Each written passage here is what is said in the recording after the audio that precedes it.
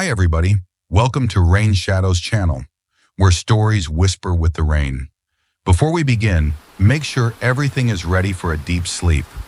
Close your eyes, relax your body, and let your mind drift with each tale. Don't forget to like and subscribe channel so you won't miss the next video. Now come with me into the darkness.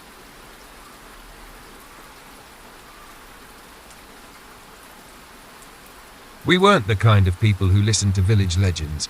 That's probably what got us in trouble. There were 5 of us, old college friends, reunited for a hiking trip to get away from everything. The idea had sounded good on paper, a long weekend, fresh air, campfires and no cell service. A return turned to something real. We found a route that led to a remote mountain village on the edge of a massive untouched forest. Few maps marked it. Fewer people talked about it. The villagers were kind but quiet, reserved in a way that made the air feel heavy, like something hung over the place they weren't willing to explain. They offered us tea, warned us about the weather, and in hushed voices told us never to go into the forest after sunset. They didn't say it like a suggestion.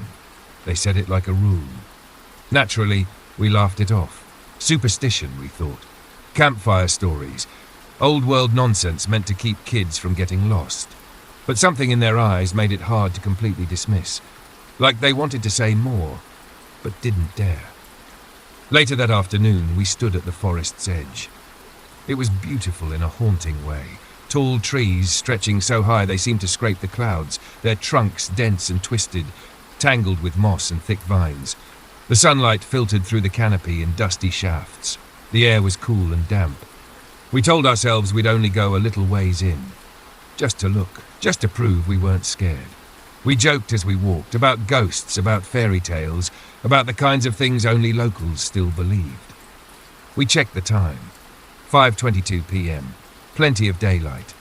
We followed a narrow trail that wound between roots and ferns, deeper and deeper until we couldn't hear the village anymore. Then the light began to shift, not fade. Shift. The golden hue of late afternoon turned grey, as if a sheet had been pulled across the sun. The shadows stretched unnaturally. One of us, Mark, commented that it felt later than it should be.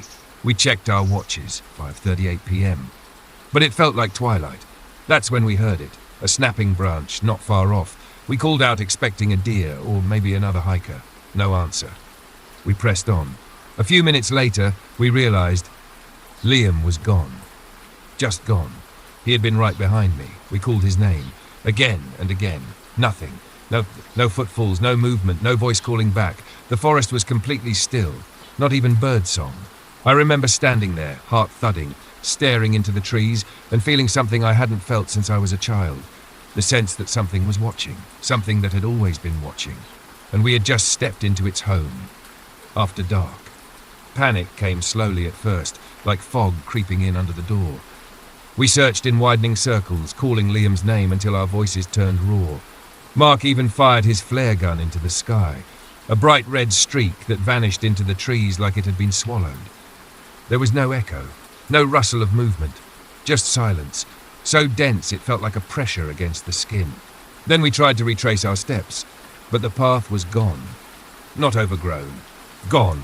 Where the trail had once twisted between trees and boulders, there was now only thick brush, unfamiliar roots, strange stone formations that none of us remembered passing.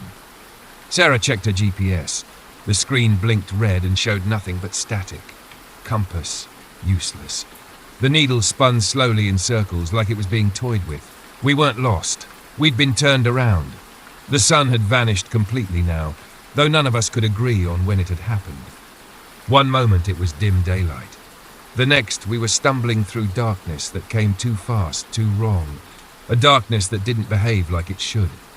We set up camp in a small clearing, our flashlights the only barrier between us and the black beyond the trees. No firewood. Everything was damp. The temperature dropped, biting through our jackets. Every sound seemed amplified, the crack of a branch, the distant whoosh of wind through high branches, but we never felt wind, just heard it. I remember lying in my sleeping bag, too wired to sleep, staring at the fabric of the tent above me. That's when I heard the footsteps. Slow, deliberate, not far off. Circling us. Someone else heard them too. James whispered my name from his tent. We both sat up at the same time. Then came the laughter. Faint, childlike, not angry, not menacing, just wrong. It didn't belong in that forest. Or maybe it belonged only there. We grabbed the light and rushed out of our tents, scanning the trees. Nothing. Just a flash of something, movement perhaps, too fast to catch, too slow to be imagined. Something slinking behind the trunks, watching. Then it happened again. Mark was gone. No scream, no sign of struggle. His tent was empty, the zipper torn upward like it had been opened from the inside. We searched, we shouted, nothing answered, only the stillness.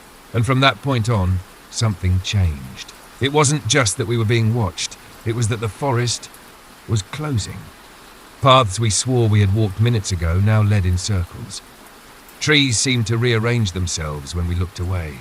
Moss grew in different directions.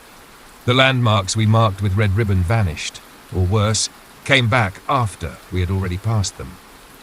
By morning, we couldn't even agree on which direction was north. The only thing we agreed on was this: we weren't alone. And whatever was with us didn't want us to leave. By the second night, we stopped pretending we knew how long we'd been inside. It might have been a day, maybe 3. Time became fluid, distorted by sleeplessness, hunger, and the way the forest refused to let the sky be seen. We never saw the sun rise or set. The air was always dim, like twilight stretched across eternity. Only James and I were left. Sarah had vanished the night before. I'd watched her run after a light between the trees, soft, golden, and pulsing like a lantern in the fog. She'd whispered something as she passed me. I think it was, "Mom." By the time I caught up, she was gone. No tracks, no broken branches, just empty forest and a sickening quiet. James had changed. We both had. Our faces were sunken, skin dirtied by scratches and mud. But it was the inside that felt worse, like we were being hollowed out from within. We no longer trusted our eyes. We passed a tree with a knot shaped like an open mouth 3 times in what felt like an hour, even though we'd walked straight. We carved an X into the bark. Minutes later, we found it again, but this time there were 2 X's. Neither of us had marked it twice. I started dreaming while awake. Images flashing in front of my eyes like memories I didn't own, standing barefoot in water that reached my knees, a voice whispering my name from beneath the soil, a rope swinging gently from a high branch even though the wind never blew. We slept in shifts, but neither of us really slept. One night, I woke to find James sitting upright, eyes wide open, mouth moving silently. He was staring at me. His lips formed words I couldn't hear, but I understood. He didn't remember my name, didn't remember his name, didn't remember why we were here. And for a moment, neither did I. That was the worst part, not the fear, not the exhaustion, but the slipping. Like the forest wasn't just taking our bodies, it was taking pieces of us we couldn't name, couldn't see. Memories, identity, thought. When I blinked, James was gone. No sound, no sign of struggle, just the tent flap swaying gently behind him and a line of footprints that ended abruptly 5 steps into the trees. I didn't follow. I couldn't, because I no longer knew who I was following, or who I was. I sat there until morning, or what I guessed was morning. Hands over my face, breathing slowly, trying to remember something, anything that would anchor me. A birthday, a city, a phone number, but there was nothing. Just a name. I think it was mine. Spoken faintly in the wind, pulled apart like threads, disappearing into the canopy above. I was alone. But I didn't feel alone. Not anymore. Because the forest had stopped hiding, and it was speaking to me directly now. I don't know how I got out. One moment I was lying beneath a tree I didn't remember finding, my arms wrapped around myself for warmth that never came. The next, I was waking up on the edge of a dirt road just outside the village, filthy, barefoot, and so dehydrated I could barely keep my eyes open. They said I stumbled in from the forest just after dawn, collapsed near the well by the old church. A few of the villagers recognized me, the outsider who had arrived with friends. They didn't ask questions. They didn't have to. They carried me to the clinic in silence. When I woke up hours later, surrounded by white walls and the low buzz of fluorescent light, a woman sat at my bedside. I didn't know her name, but she looked at me like she'd seen a ghost. She asked about the others. I opened my mouth to speak and realized I didn't remember them. Not completely. I knew I hadn't come alone. I could picture shapes, voices, laughter over campfires, but their names were smudged like ink washed in the rain. Faces blurred the more I tried to focus. The more I wanted to remember, the less I could. It was as if the forest had taken them from me, not just in body, but in memory. Like it didn't want them spoken of. Like it had buried them in a place even language couldn't reach. The police searched for weeks. They found nothing. No gear, no tents, no clothing, no signs that 5 people had in that forest at all. Not even footprints. When I asked to see the GPS tracker I had carried, they said it was never recovered. When I tried to draw a map of where we'd walked, my hand trembled uncontrollably. I left the village a month later, moved far away, got a job, rented a small apartment, tried to live. People say trauma makes you forget. But this wasn't forgetting. This was removal. Something had reached inside me and quietly erased what it didn't want remembered. And yet, something remained. At night, I dream of trees. Endless, towering trees that shift when I look away. I walk between them barefoot, as though I've walked there all my life. I see shadows that stretch the wrong way, hear whispers that speak in my own voice. Sometimes I catch glimpses of others. They never look at me. They're always walking in different directions. Once I turned around. I saw myself, standing very still, smiling faintly. When I wake, my feet are dirty. Sometimes there are scratches on my arms, thin, straight, almost like they were carved by branches, or fingers. I tell myself I got out. But sometimes, when I pass a mirror, I don't quite recognize the way my head tilts, the way my eyes linger on the trees outside, and I wonder if the forest let me go, or just sent something back in my place.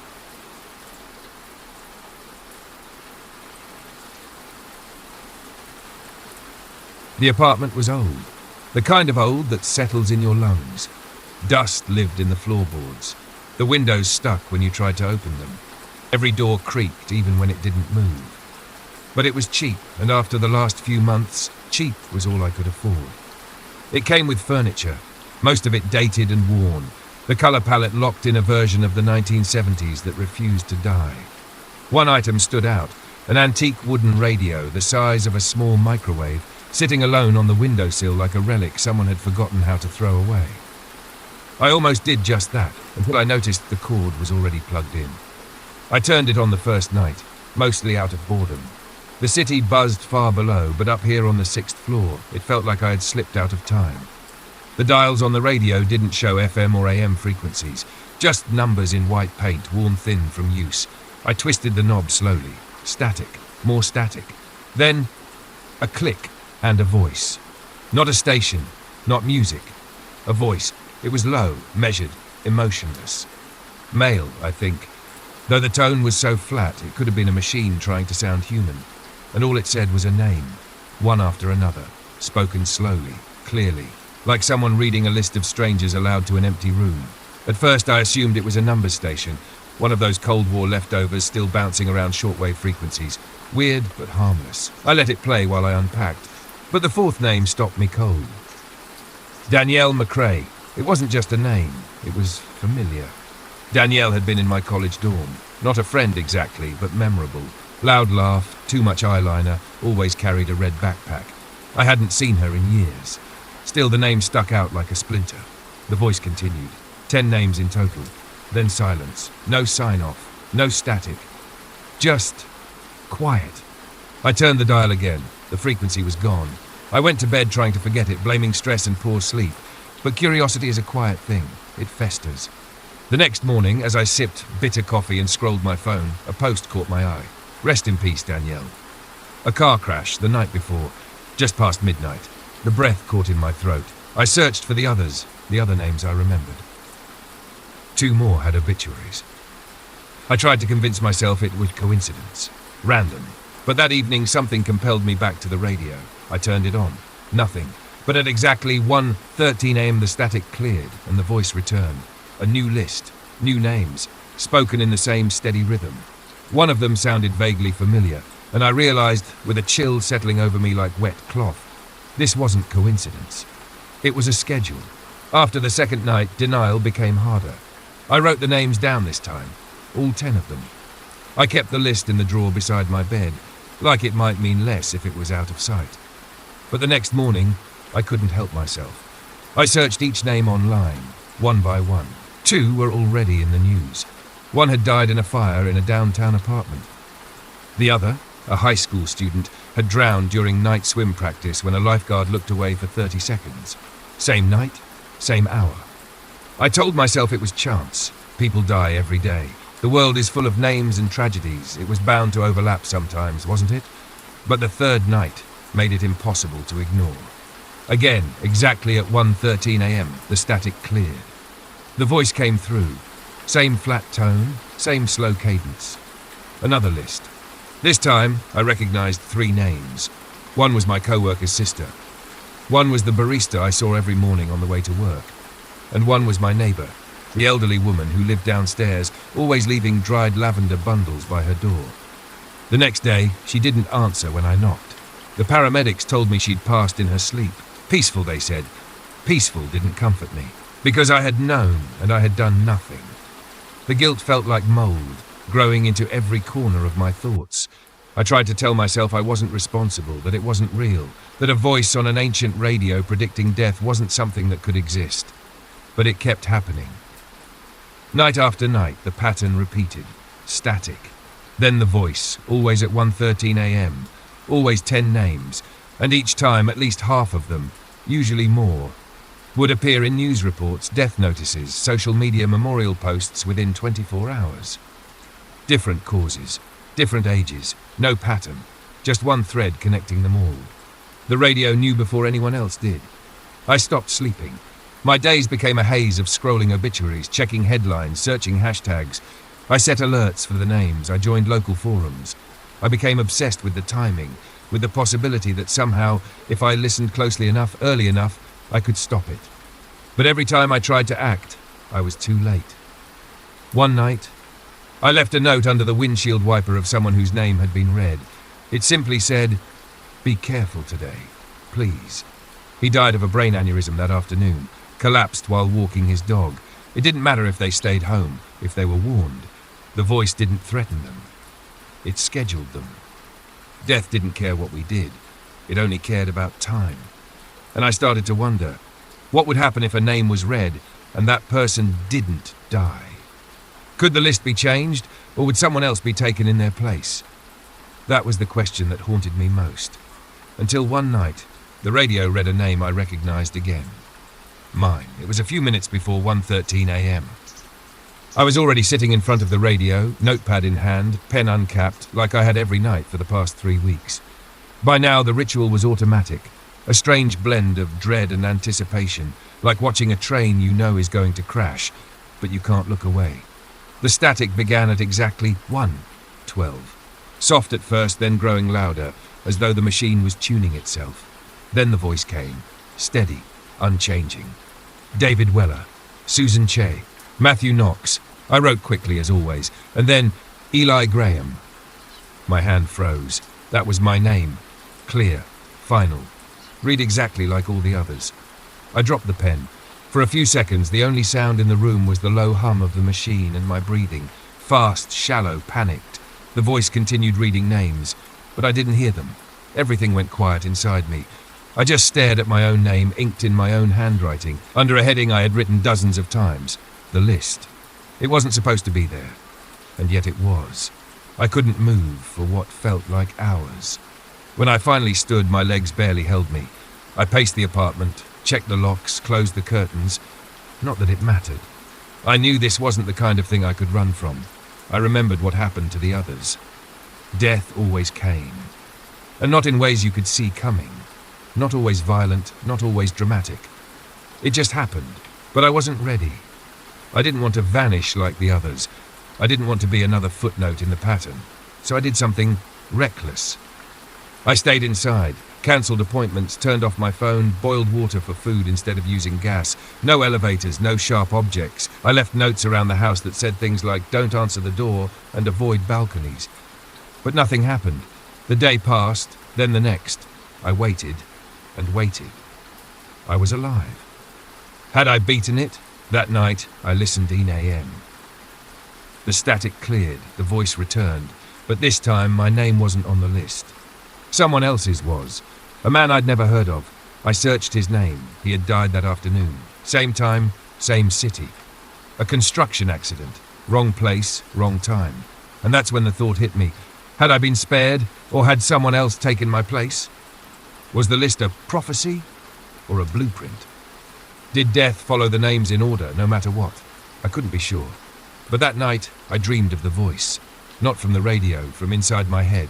It whispered the names again. All of them. And just before I woke, it whispered, "One of you always has to go." I stopped writing the names after that. What was the point? Even when I tried to save someone, it didn't work. The order always corrected itself. One died so another could live. Or maybe it was simpler than that. The names were not warnings. They were reservations. But I kept listening, not out of obsession anymore, out of duty.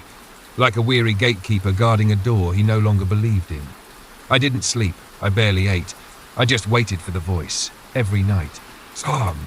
Never late, never early, and always the same steady cadence. Until the night it didn't come. The static stayed. The voice never started. Just dead air. It was the first night in over a month that silence filled the apartment at that hour. I should have felt relieved. Instead, I felt something worse, anticipation, because something was changing. The next night at 13 a.m., the radio turned on by itself. Before I could even reach for the dial. No static this time, just the voice. But it wasn't the voice I was used to. It was mine. I froze. At first I thought it was a recording, something from the past, but then it spoke again, and I realized I wasn't remembering something I had said. I was hearing something I hadn't said yet. My voice reading names I didn't know. One by one. Calm. Flat. Measured. The same way I had heard it night after night, except now it was me. I stood there unable to move as the radio continued. My voice on repeat, announcing death as casually as reading a grocery list. And at the end of the 10th name, it said something new. Tomorrow, Eli Graham. Again. My name again. But it wasn't a repeat. It was a correction. I wasn't supposed to survive the first time. Something had stepped in, shifted the balance. And now, it was being set right. I tried to run. Tried to unplug the radio, but the cord was already out. Tried to smash it, but my hand froze inches above it, like something had taken control. The voice, my voice, kept reading. And in that moment, I understood. The voice had never come from the radio. It had come through it, from wherever the names go when they leave this world. And now it wanted me there too, not to die. To replace the reader. I was the voice now. The next night, I sat in the dark. At exactly 1:13 a.m., my mouth opened. And the names came out. I didn't recognize them, but I knew each one would be gone before the sun rose. And I knew one day, one of those names would be yours.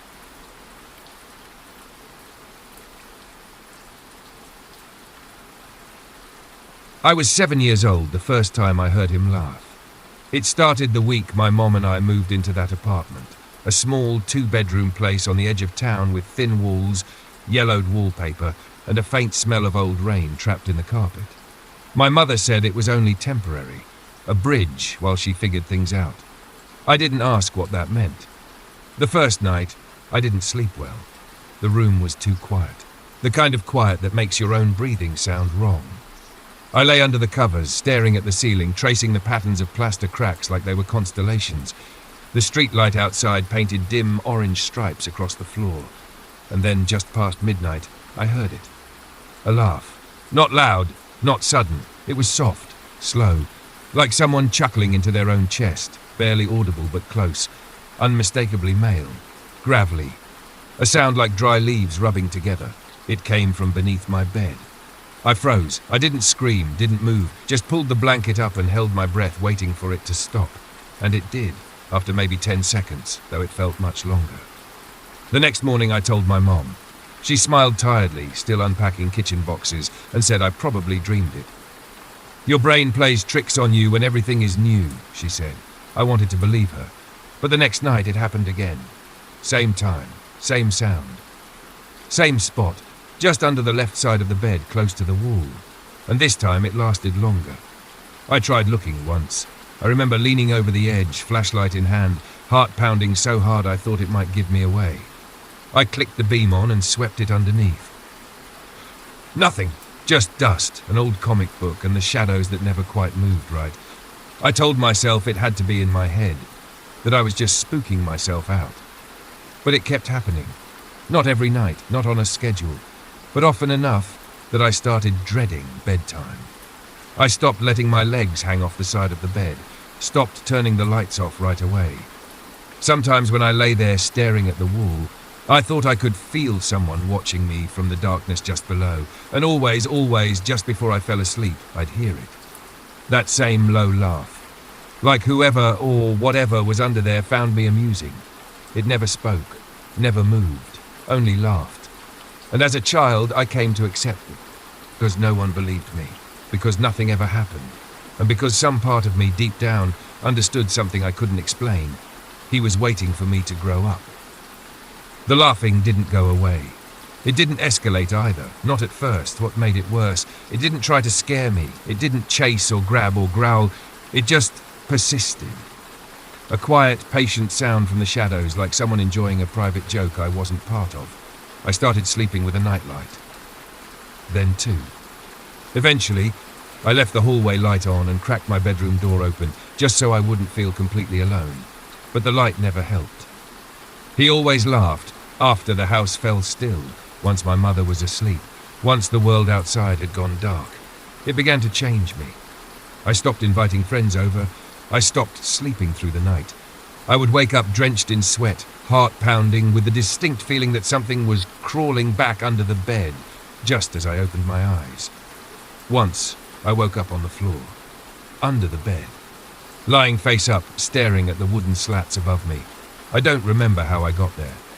My mother found me a few minutes later.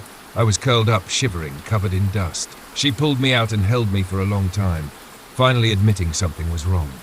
That night, she stayed in my room. The radio on the nightstand played soft classical music. She sat in the corner, reading a book by the lamp. I could feel the safety in her presence, the way children can, as if her being there formed a protective bubble. No shadow could slip through. But at 2:09 a.m., the radio flickered. The music skipped, and over the static, beneath the hum, he laughed.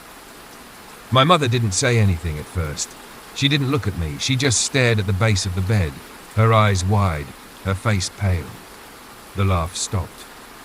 She got up, turned the radio off, and told me, with forced calm, that she was tired and would sleep in her own bed now. I didn't sleep at all that night. The next morning, she didn't talk about it.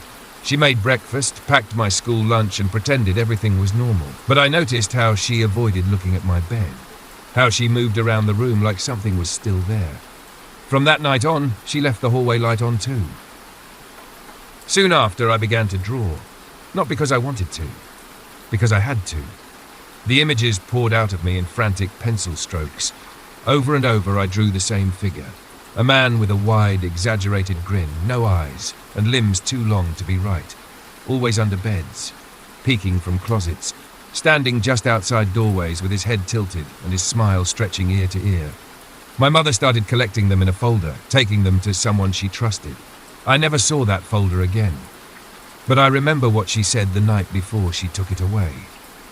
You don't need to be afraid of him if you don't look at him. I never understood what she meant. Not then.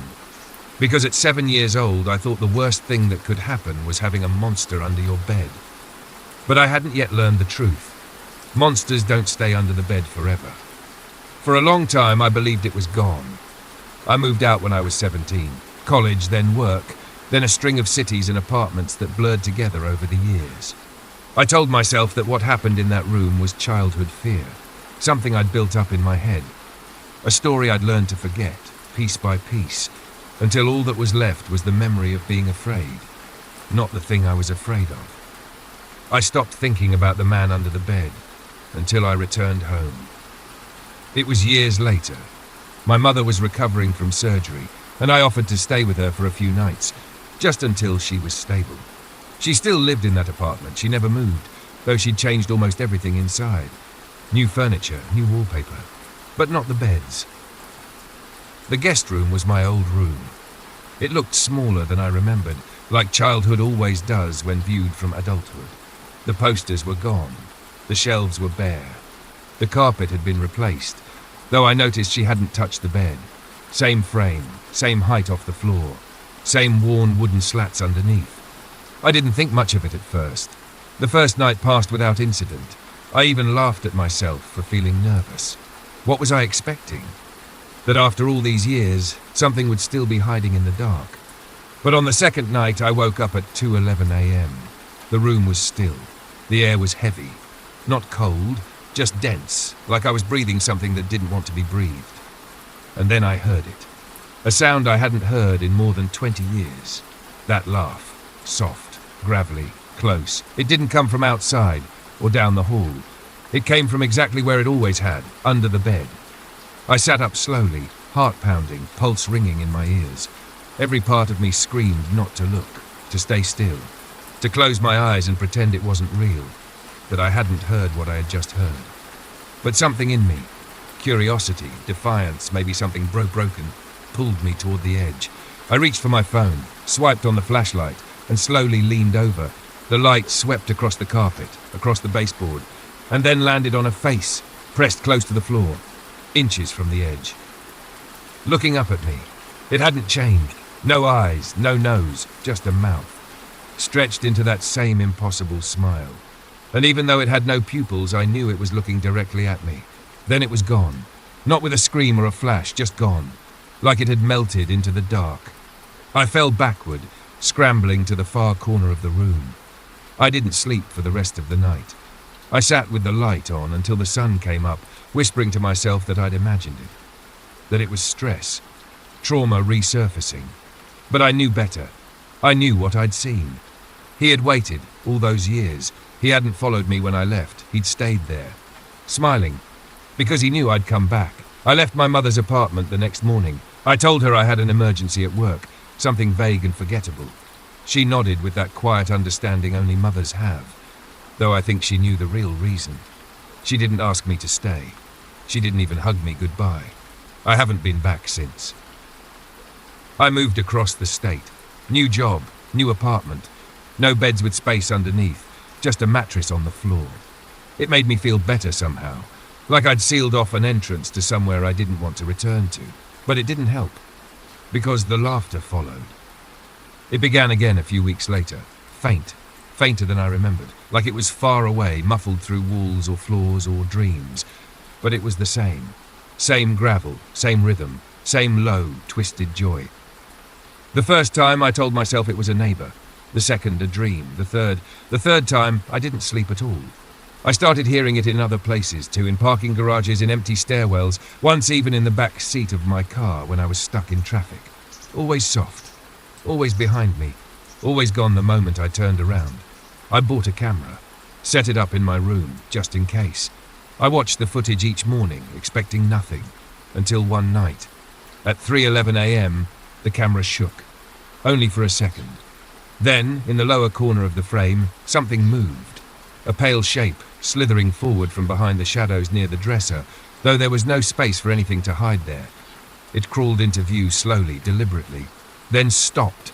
Its face turned toward the camera, and it smiled right into the lens. The same smile, no eyes, just the mouth. Then it backed out of frame and disappeared under the bed, even though my mattress still lay flat on the floor. I stared at that footage for hours. I tried deleting it. It wouldn't go. I tried smashing the camera. The file remained. Now I sleep with the lights on again, and the hallway light and the bathroom light. Sometimes I hear him just beyond the door, not walking, not scratching, just breathing, waiting. Because that's what he does. He waits. He doesn't need to chase you. He never runs. He never shouts. He just waits for you to acknowledge him again, for you to believe. And once you do, even for a second, he returns. He returned to me. And now, every night, as I lie in bed staring at the ceiling, I hear it. That soft, rasping laugh rising from a place no one else can see. And when I close my eyes, I don't dream of anything except teeth.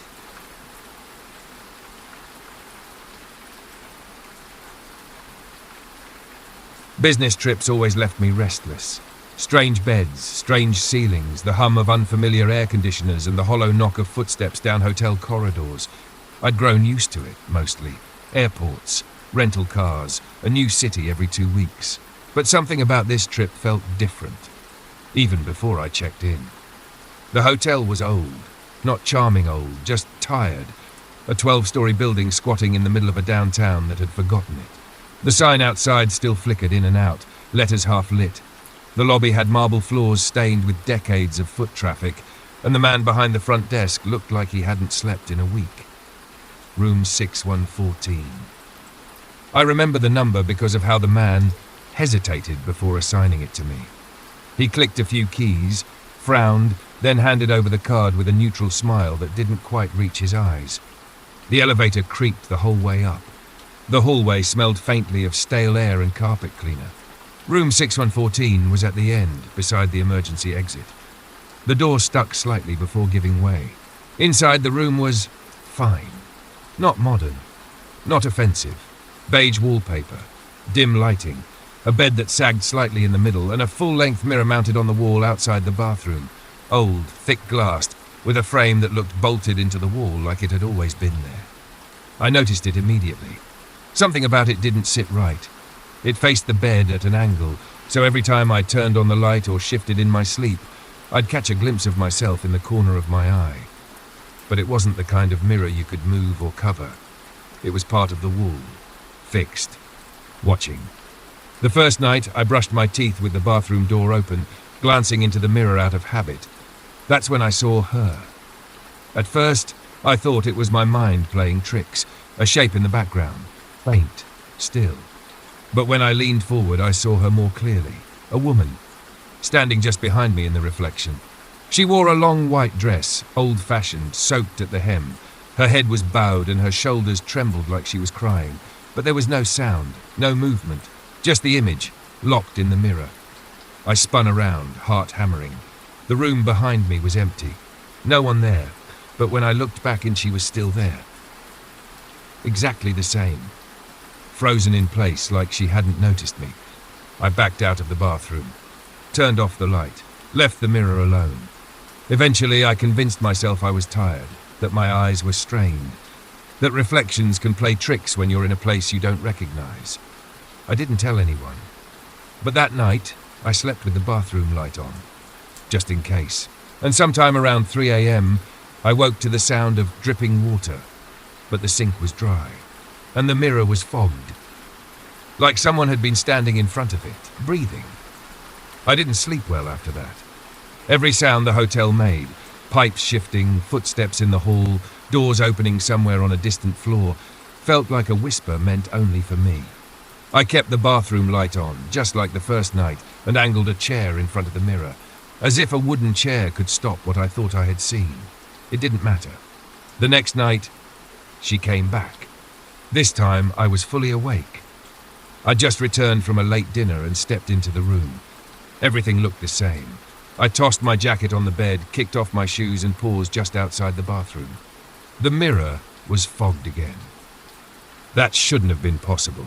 I hadn't used the shower. I hadn't even run the tap. And yet, condensation clung to the glass in thin, trembling lines, like the breath of someone crying. I didn't move. I just watched. And slowly shapes began to form. First, her outline. Then her shoulders, trembling softly, rhythmically. Her head was bowed again, as if mourning something only she could see. But there was a wrongness in the reflection, something subtle.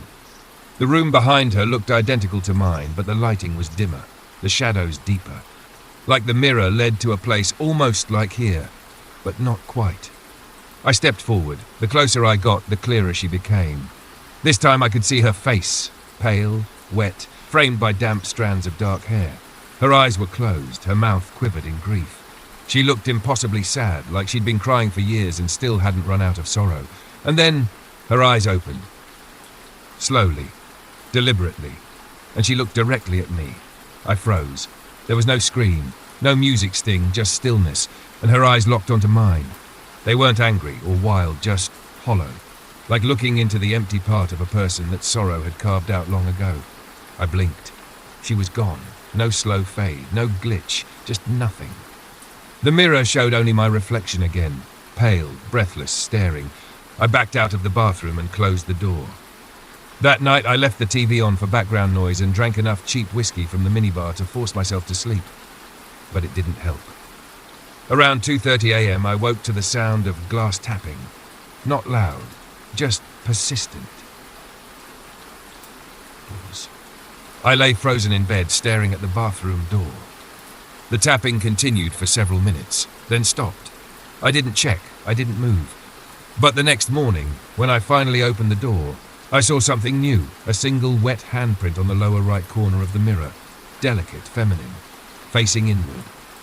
Like she hadn't tried to reach out, but had gently touched the other side of the glass to let me know she saw me too. I couldn't pretend it wasn't real anymore. Not after the handprint. Not after the way her eyes had locked with mine, not reflected but aware. She had seen me. Not as a visitor, not as a stranger, but as someone standing in her space, or maybe on the threshold of it. That morning, I skipped my meetings. I sat in the lobby nursing a bitter cup of coffee, watching the front desk clerk with the tired eyes. He didn't look up until I stood directly in front of him. "I'm in room 614, I said. "Do you know anything about it?" He hesitated, just long enough to answer me without words, then shook his head. "All rooms are the same," he replied too quickly. That afternoon, I caught the cleaning lady in the hallway. She was older, soft-spoken, and didn't speak much English, but when I mentioned my room number, her eyes shifted. Not in confusion, but recognition. She lowered her voice. "Long time no use," she said, glancing down the hallway. "Room stay empty, many year." That didn't make sense. The sheets were fresh, the minibar stocked, but she insisted. "No one stay. Then man come, change locks, now okay." I asked her if something had happened there. She hesitated again, then gave a slow nod, like someone finally giving in. "Lady, long time ago, very sad, crying, always crying, then one day, no answer. She not check out." My stomach tightened. "They find her?" Her eyes dropped to the cart of towels beside her.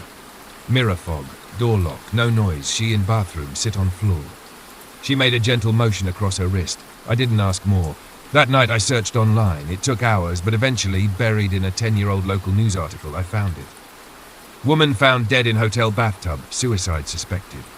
Room 614, name withheld, no family mentioned. The article was short, cold. But there was one detail that made my blood run cold. The large bathroom mirror was reportedly cracked from the inside. No signs of forced entry. Police believe she may have attempted to write something in the condensation, but no legible words were recovered. I stared at the article until the screen blurred. The mirror had been there then, and they had left it. Maybe because it was too expensive to replace. Maybe because they didn't believe in curses. But I did now.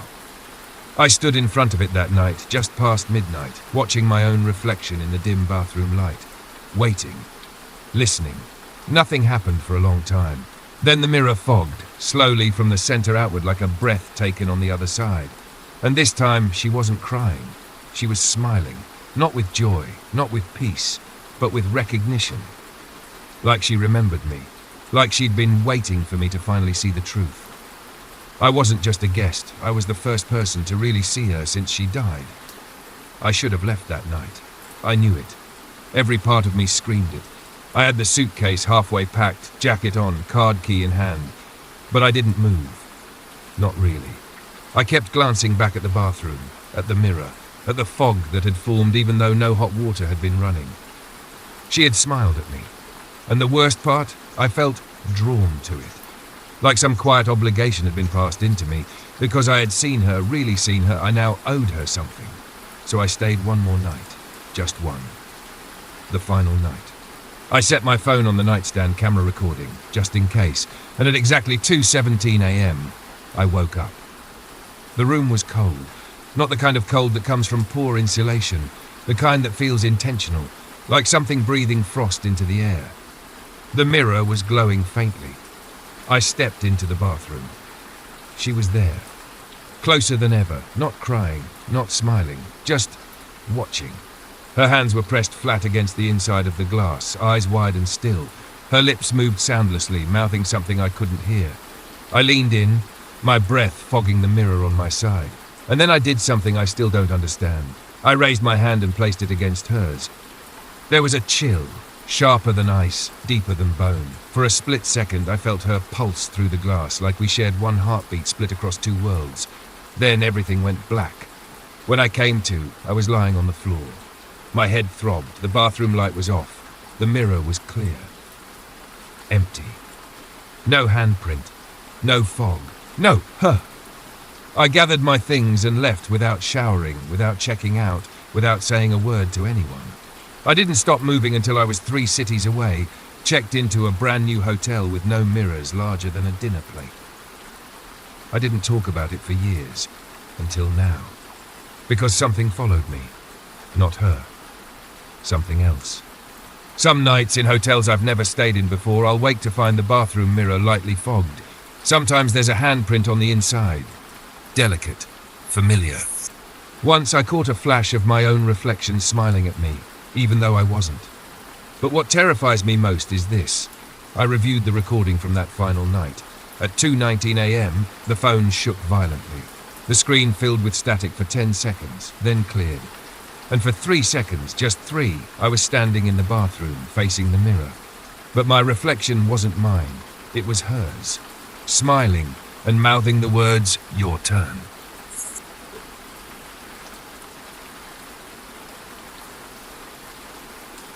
I wasn't supposed to be driving that late. The plan was simple. Leave the city in the morning, arrive at the next town by sunset, crash at a cheap motel, and be ready for a business meeting the following day. But meetings ran long. The highway was clogged with an accident, and by the time I cleared the last major junction, it was already pushing 7 p.m. The road stretched endlessly ahead of me, a dull grey ribbon unravelling through hills and fields. My GPS lost signal shortly after I passed the last gas station, and my phone battery hovered stubbornly at 9 cents. Still, I wasn't too concerned. I'd driven this state before. I figured another town would appear soon enough. But the sky kept darkening, and nothing appeared. No headlights coming the other way, no signs. Just trees pressing close to the 2-lane road like they were leaning in to listen. Then I saw it. A turn-off on the right. Narrow, gravel-paved, marked only by a small wooden sign that read, "Dalka Hollow," in peeling white paint. I hadn't seen it on the map, but I'd never heard of Dalka Hollow either. The strangest thing was, I don't remember deciding to turn. 1 second I was driving straight. The next, my hands were already easing the wheel right, tires crunching softly over gravel. The road narrowed quickly, winding through dense forest. After about 20 minutes, the trees began to thin. Lights appeared in the distance, warm and still, like lanterns frozen in amber. I drove into a town, a small one. Old-fashioned storefronts lined a wide main street, a diner with a checkerboard floor, a barber shop with one of those spinning poles, a post office, a clock tower. But no cars, not one. People walked the sidewalks, men in brimmed hats, women in long skirts and shawls, but none of them seemed surprised by my arrival. They smiled, nodded, and continued about their business, as if I'd always been there.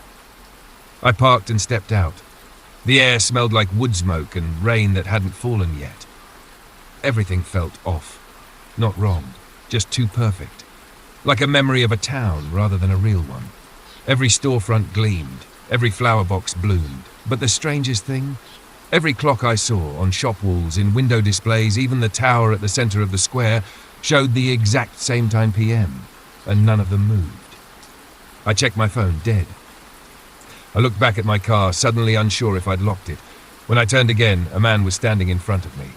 Late middle age, crisp white shirt, smile too wide.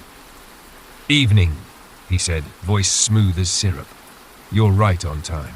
I opened my mouth to ask what that meant, but he had already turned and walked away. I told myself to stay calm. It was probably some sort of historic preservation town, one of those overly committed reenactment places where people dressed like it was 1953 and refused to acknowledge smartphones. That would explain the outfits, the vintage signage, the clock stuck at 6:59. A gimmick. But that didn't explain the silence. There was no music. No distant hum of appliances or television. Just the soft shuffle of footsteps, the occasional door creak, and the wind threading its way between buildings. And every person I passed smiled the same way, wide, polite, and empty. I tried to leave. Got back in my car, backed out onto the gravel road I came in on.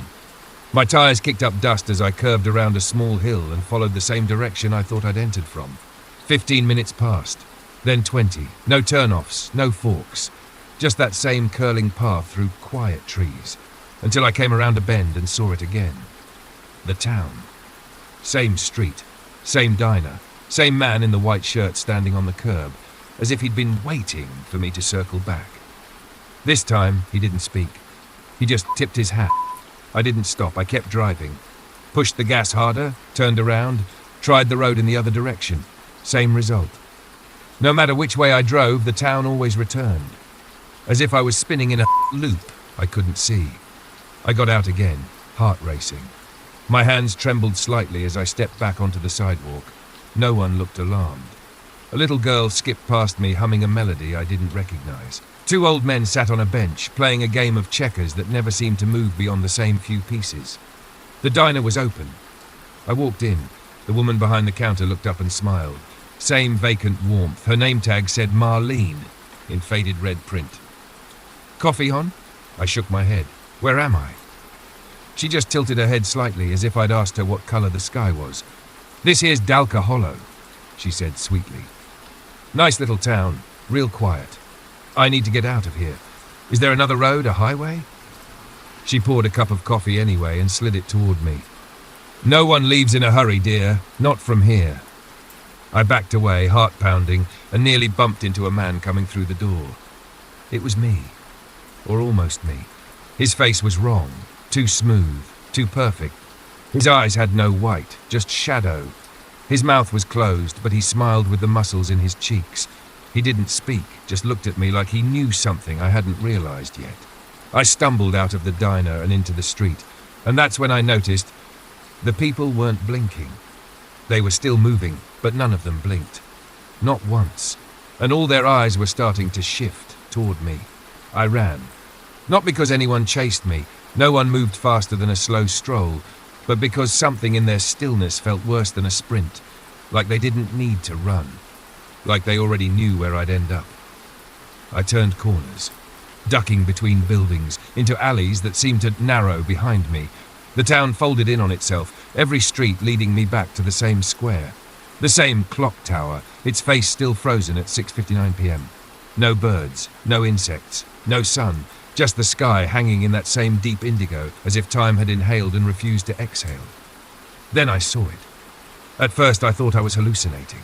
In the dusty window of a bookstore, tucked between a hardware store and a barber shop, sat a worn paperback I hadn't seen in over 20 years, The Secret Garden. The same copy my mother gave me when I was a kid, with the corner torn off the back cover and the faded nameplate inside. I stepped closer. The nameplate was still there. In my childhood handwriting. I didn't remember packing that book. I hadn't seen it since we cleaned out her house, and now it was here. On a shelf in a town that shouldn't exist. I backed away. The next sign came 2 blocks later outside a barber shop. Framed on the wall was a black and white photograph of a little boy sitting in a swivel chair, draped in a striped cape, smiling crookedly. It was me. At age 8. Same scar on the chin from when I tripped running in the driveway, except I'd never been to this town before. I kept walking, slowly now. Each window held something else.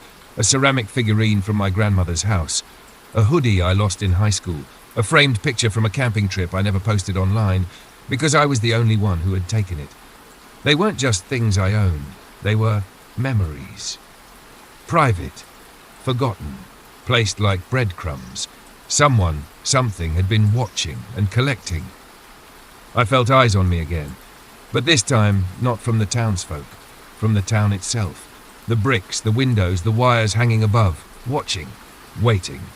I staggered into a phone booth on instinct, a relic from another time, like everything else here. Inside, scratched into the metal wall, was my full name. Below it, 4 words etched deep into the frame. Don't stay after 6:59. That was when I remembered the old man. Not from this trip, from years ago.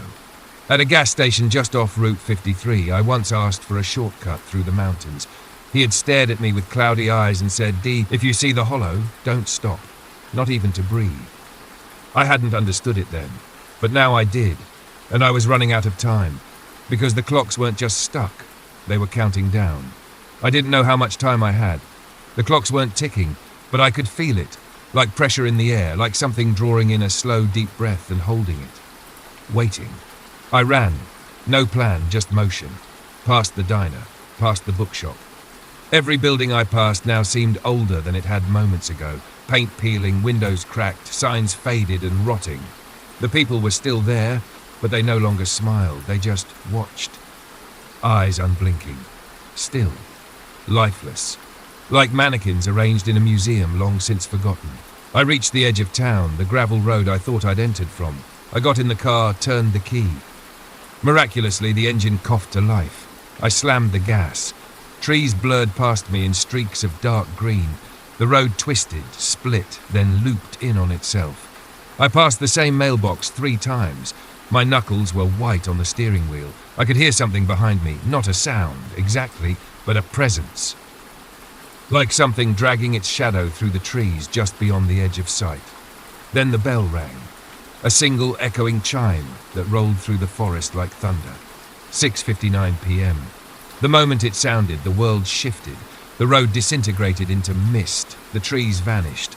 And in their place, the town, back again. But not the same. Everything was decayed, wrong.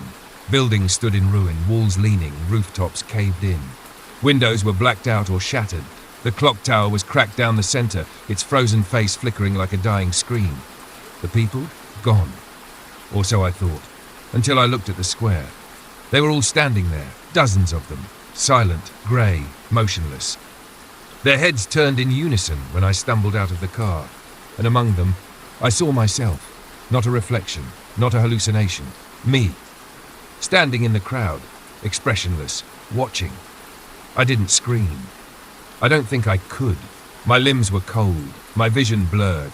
I turned and ran into the fog, into the dark, through alleyways that weren't there before, past walls that breathed and doorways that pulsed like veins. Then everything went black. When I woke up, I was lying on the shoulder of a highway. My car was parked nearby, keys still in the ignition. It was morning. Sunlight filtered through the clouds like nothing had happened. I drove to the nearest gas station, babbling something about a town that didn't exist. They stared at me like I was insane.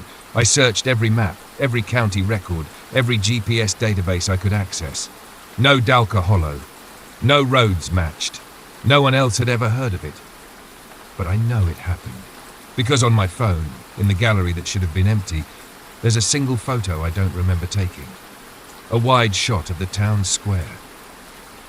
The clock tower in the distance, and me standing among the townsfolk, expressionless, still, like I'd never left. And sometimes just before I fall asleep, I hear that bell ring again, once at 6:59.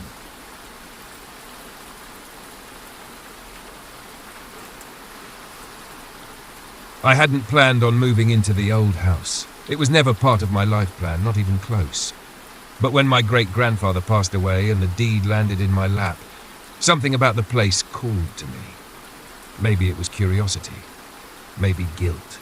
Maybe the idea of silence after years of city noise. Either way, a month later, I packed up my life and drove 5 hours into a small rural town I hadn't visited since I was a kid. The house sat at the edge of the woods, sloping slightly forward as if time had made it lean. Its wood was dark and swollen with age, the windows clouded with dust and the memories of people I'd never met. The locals called it the keeper's house.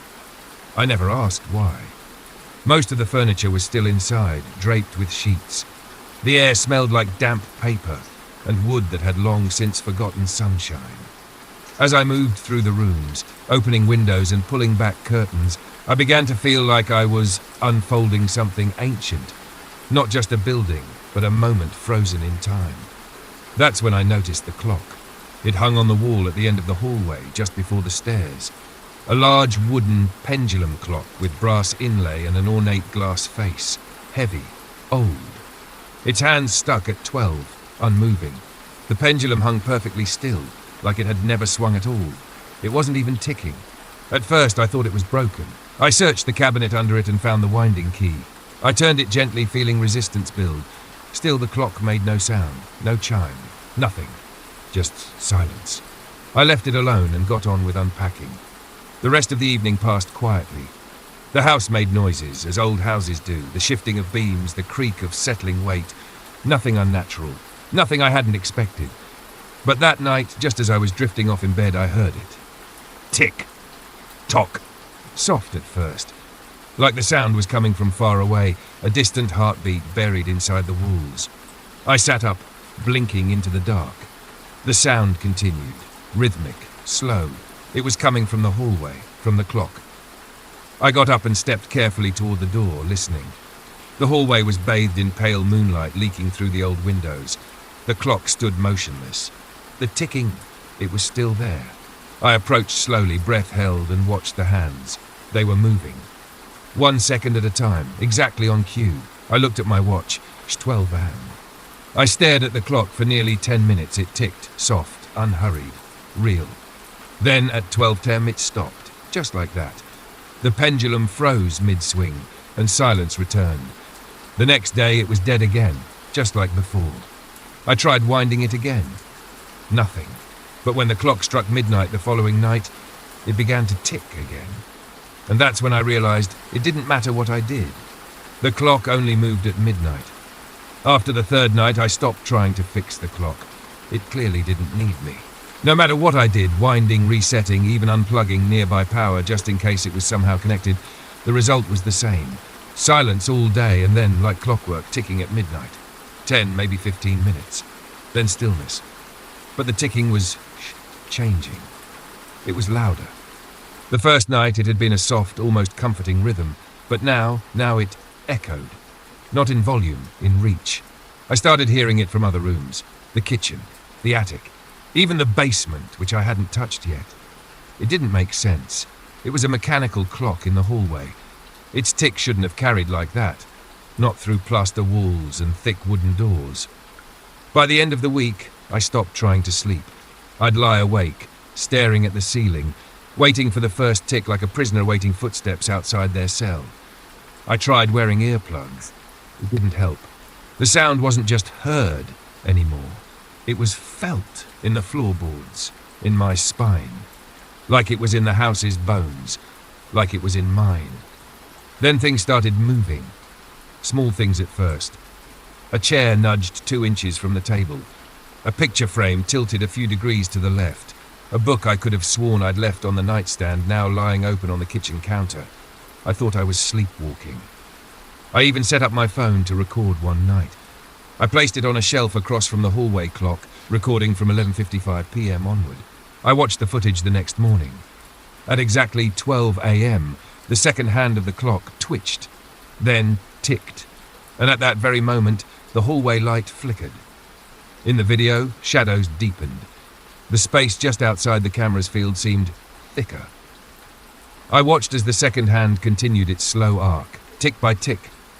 At 12:08 a.m., the frame shook slightly, just a soft jolt, like someone had bumped the shelf. But no one was there. No movement, no figure. Yet I swear I saw something shift in the reflection on the clock's glass face. Not a person, but a shape. Indistinct, low to the floor, crawling. Then, silence. The clock stopped at 12:10, just like before.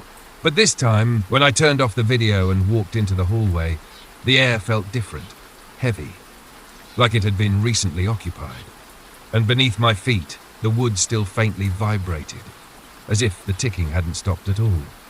That night, I dreamed of time unspooling like thread, of a man trapped inside a glass room screaming but no sound came out. His mouth moved in sync with the ticking. Tick-tock, tick-tock. And when I woke up, every clock in the house, not just the hallway one, was set to 12. Even my watch, even the microwave, even the phone I'd charged overnight, which wasn't even connected to service. Midnight. Again. Again. And the hallway was already ticking. The ticking became a ritual. Not it's. Every night, like a signal, it began at exactly 12 a.m. The same rhythm, the same duration. But as the nights passed, I started noticing things I couldn't explain. Things that went beyond misplaced books or flickering lights. Things that shouldn't be possible. One night, I walked into the living room during the ticking, and found the fireplace burning. I hadn't lit it in days. The ashes had gone cold. But there it was, a crackling flame, warm, real, casting shadows that danced across the walls like they were reenacting something I wasn't part of. The next night, I found a woman's perfume in the air, faint but sharp, lilac, and something older, something powdered and antique. I followed it to the front sitting room, where a faint indentation marked the cushion of my great-grandfather's old armchair. Someone had been sitting there. No doors had opened, no windows, no signs of intrusion, just presence. I began digging through the attic. Among dust-choked boxes and brittle letters, I found a leather-bound notebook tucked beneath a stack of yellowed newspapers. It was my great-grandfather's journal. The entries were clean, neat, dated nightly, almost obsessively. And they all began the same way. The clock ticked again tonight. He wrote of strange sounds, of seeing things move without cause, of voices he couldn't place whispering from behind mirrors. But the most disturbing part was his theory that the clock wasn't measuring time, it was holding it in place. At midnight, something opens, a seam, a fold in the house, and time leaks through. The house remembers, and the clock keeps the memory alive. He mentioned a woman, always unnamed. She weeps outside the study. She stares at the mirror but does not see herself. I do not know her, but she knows this house. I asked her once in a dream who she was.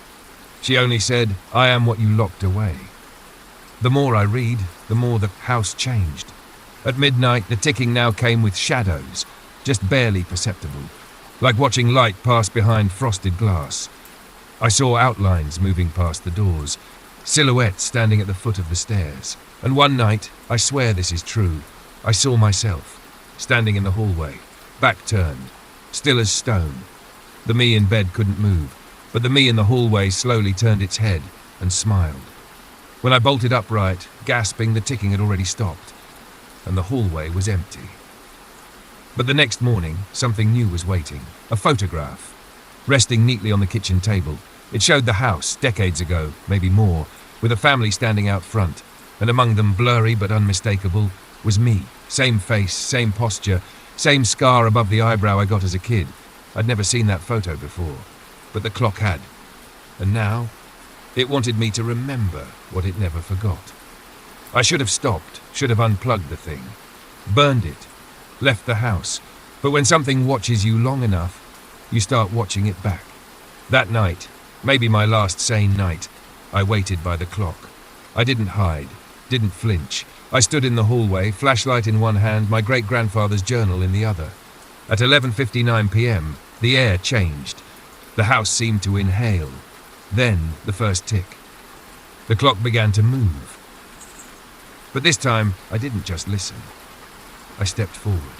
I touched the wood. It was warm. Then I did what I had been too afraid to do every night before. I opened the glass. The second I did, the ticking grew louder. Not just louder, but closer, like it wasn't coming from the clock anymore, but from inside me.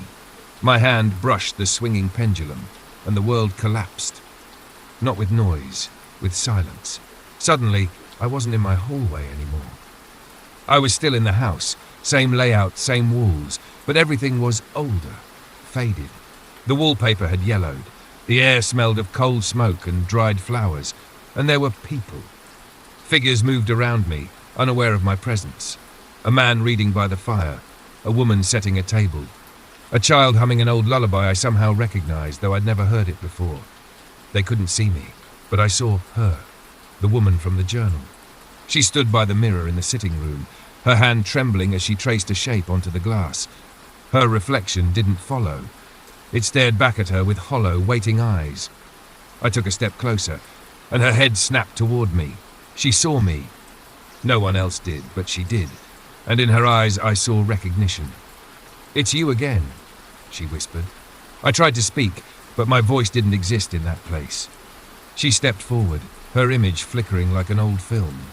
"You opened the door too wide." The world began to shake. Rooms folded into each other, people blurred into shadows. The clock, every clock, in the house began ticking in unison, faster and faster, building toward something inevitable. He thought he could trap time. "But time doesn't forget," she said, "and now it remembers you." I stumbled backward, clawing for the hallway for anything familiar, and suddenly I was back. The hallway. My hallway. The clock was still open, still ticking, but the pendulum had stopped, and the hands pointed not to 12:10, but to me. That was 3 nights ago. I've tried leaving. I can't. Every road leads back here. Every mirror shows her behind me, and every night at exactly midnight, the ticking starts again. But it's not just in the walls anymore. It's in my blood, in my bones. The house doesn't just remember now. It uses me to keep time. And if you ever pass through this place and hear a ticking sound that has no source, don't look at the clock. Because if it sees you, it might start ticking for you too.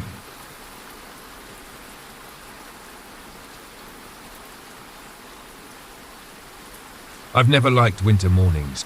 There's something too still about them. The way the world feels paused, like it's holding its breath. That silence, thick and smothering under a blanket of snow, always made me uneasy. But that particular morning, it wasn't just the cold that unsettled me. It was the hands. It had snowed overnight. The first snow of the season, thick, heavy flakes that coated the world in white. I live alone, in a 2-story house just on the edge of a forest. The kind of place people romanticize until they actually have to shovel the driveway. I woke early, around 6:30 a.m., brewed coffee, and went upstairs to open the bedroom curtains. That's when I saw them, dainty, child-sized handprints, pressed against the outside of my bedroom window. Dozens of them, perfectly formed. Palms open, fingers spread. They were everywhere, overlapping in places, some smeared slightly like little hands had slid slowly down the glass. My breath caught in my throat. I leaned in, wiping a circle of condensation off the inside of the window for a clearer look. They weren't on the inside. They were definitely on the outside. That was impossible. My bedroom window was on the 2nd floor, facing the backyard. There was no balcony, no ledge, no tree close enough for a child or anyone to reach. The snow beneath the window was undisturbed, a smooth white sheet. No footprints, no drag marks, no ladder, nothing. Just snow. And those hands. I stood there, stunned, coffee cooling in my grip. The prints were so clear, so recently made, that I could make out the faint swirl of fingerprints in the frost.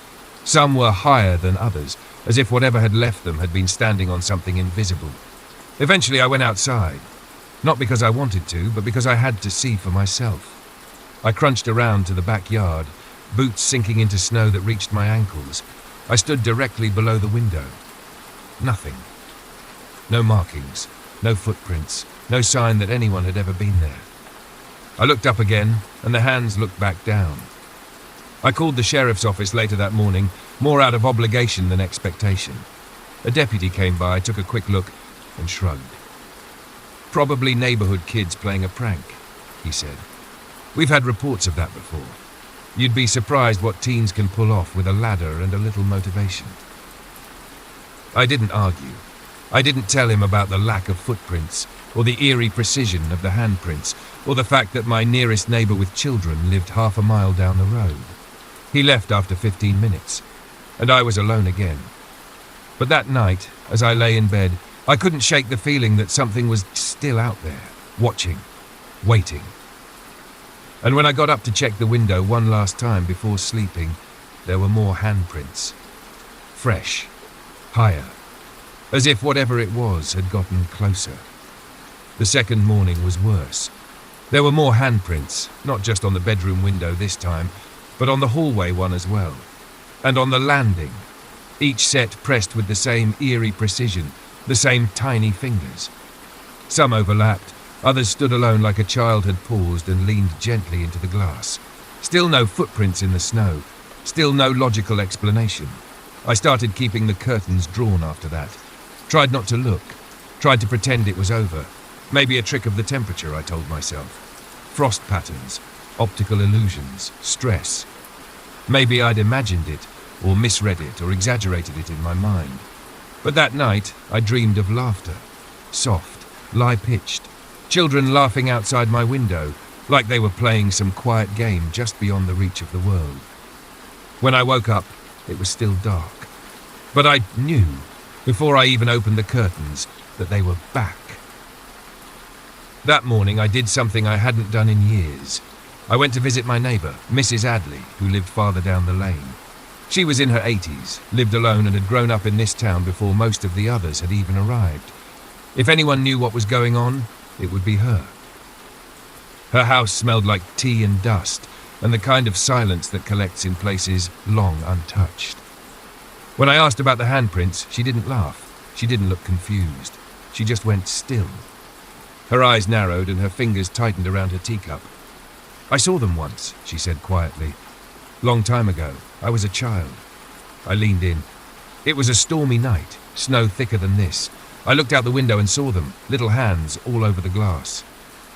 My mother told me not to say anything. She closed the curtains and said, "They're not supposed to be here." "What were they?" I asked. She hesitated. "We never knew. But that winter, 6 children from the town went missing." The words settled like ice in my chest. Gone without a trace. Left their homes in the middle of the night, doors wide open, no footprints, no leads, and none of them were ever found. I asked her if the handprints had ever come back. She looked up at me, and I'll never forget what she said next. "Only when they want to remind us they were never really gone." I left her house with my heart pounding. That night I didn't sleep. I sat in the dark with the lights off, watching the snow fall under the faint glow of the porch lamp. The wind howled through the trees. The woods beyond my fence seemed closer somehow, deeper. Then, just after 3 a.m., I heard it, a soft tap on the window pane. Not loud, just enough to let me know it was there. I turned slowly and saw the unmistakable outline of a child-sized hand sliding slowly down the glass. I stopped pretending after that night. The sound of that hand, that soft drag across the glass, echoed in my mind for hours. I didn't sleep. I didn't move. I just sat there wrapped in a blanket, lights off, barely breathing, waiting to hear it again. But it never came. Not that night. Not until the next snowfall. And when it did, there were more handprints. So many that they overlapped in chaotic patterns. Some pressed flat, others smeared like tiny hands had been reaching, desperate, and all of them on the second floor, where no child could possibly reach. That morning I noticed something else. In the snow just below my bedroom window, a trail. Not footprints, not exactly, just a drag. A line that started near the edge of the woods and stopped beneath the window, like something had been pulled or had crawled through the snow. But there was only one. Whatever had come had never gone back. That's when I started searching. I pulled old boxes from closets, scoured the attic, flipped through the few dusty records left in the house when I moved in. I didn't find much, just scraps, old photos of the property. A school textbook dated 1979 with a name scrawled inside I didn't recognize. And then I found the door to the crawl space. It was tucked behind the furnace in the basement. I'd never noticed it before, or maybe I'd simply never looked hard enough. The door was old, nailed shut. The wood splintered as I pried it open with a crowbar. Inside it smelled of rot and rusted metal. I crawled in with a flashlight and found a box. Small, wooden, locked with a rusted latch. I didn't hesitate. Inside were items that didn't belong together. A stained piece of cloth shaped like a doll's dress. 6 yellowed index cards, each with a different child's name written in shaky cursive. Shoe, muddy and hardened with time. And at the bottom, a drawing, crumpled, torn and childlike. The drawing showed a house, my house. Stick figures stood outside, 6 of them, holding hands. Above them, scribbled in thick black crayon, were red shapes that looked like hands. Dozens of them, falling from the sky like snow, and scrawled in the corner, almost invisible, "Let us in." I felt sick. As I backed out of the crawl space, I caught sight of something etched into the concrete wall behind me. I brushed away the dirt. 6 names, the same ones on the cards, and beneath them, carved in a child's handwriting, "He made us stay here." I dropped the box and scrambled up the stairs. The house felt colder, smaller. When I reached the kitchen, I found the back door open. I never opened it. The snow outside was untouched, but the mat inside was wet, as if something had stood there, dripping, waiting, watching. That night I dreamed of the forest, not empty, but full of eyes. and tiny cold hands reaching for me from beneath the floorboards. I didn't leave the house the next day. I couldn't. Not after what I found in the crawlspace. Not after the door had opened on its own. Not after the drawing. The names. The message carved into the wall. He made us stay here. Who was he? And why here? The air in the house felt different. Heavier. Like I was breathing borrowed air. I kept the windows closed, the curtains drawn, the lights on. But the moment snow began falling again, just after dusk, I knew I hadn't stopped anything. I stood in the hallway, staring up at the second-floor window, and the handprints began to form. Not all at once, one at a time. Press, slide, pause. They moved slowly, almost rhythmically, as if the children outside were reaching again and again, desperate to be seen. This time, I didn't run. I let them come. Because deep inside, I knew the truth now. They weren't trying to hurt me. They were asking for help. And something inside this house, someone, had silenced them long ago. The town's archives told me the rest. Buried in a microfilm article from 1982 was a name I recognized from the textbook I'd found. Harold Minton, a schoolteacher. My house had once been his. The report was brief. Minton had been investigated for the disappearance of 6 students, last seen leaving the school with him for a field walk in the woods. He claimed he never saw them again. Days later, he took his own life in the basement of this house. No bodies were ever recovered. No charges ever filed, only rumors, whispers, and now handprints. That night I took the box, the names, the dress, the shoe, the drawing, and walked into the woods behind the house. I didn't bring a flashlight. I didn't need one. Something in me knew the way. About 100 feet in, I found it. A clearing, silent, untouched, and in the center a single dead tree, blackened and hollow. I laid the items at its base. I whispered each name, and I said what I think they had waited decades to hear. I'm sorry. The wind rose suddenly, sharp and cold, but not angry. It circled the clearing like an exhale, like something long trapped had finally been released. When I returned home, the windows were clean. No handprints, no tapping, just stillness and warmth. I've lived here ever since. The woods are quiet now, but some nights during the first snowfall, I still wake just before dawn. Not from fear, from peace. Because I know they're out there, watching, not trapped anymore. And when I pass the upstairs window and catch a faint reflection in the glass, I see them. 6 small figures, standing in the snow, smiling softly. They don't knock anymore. They don't ask to be let in. They just want me to remember. And I always do.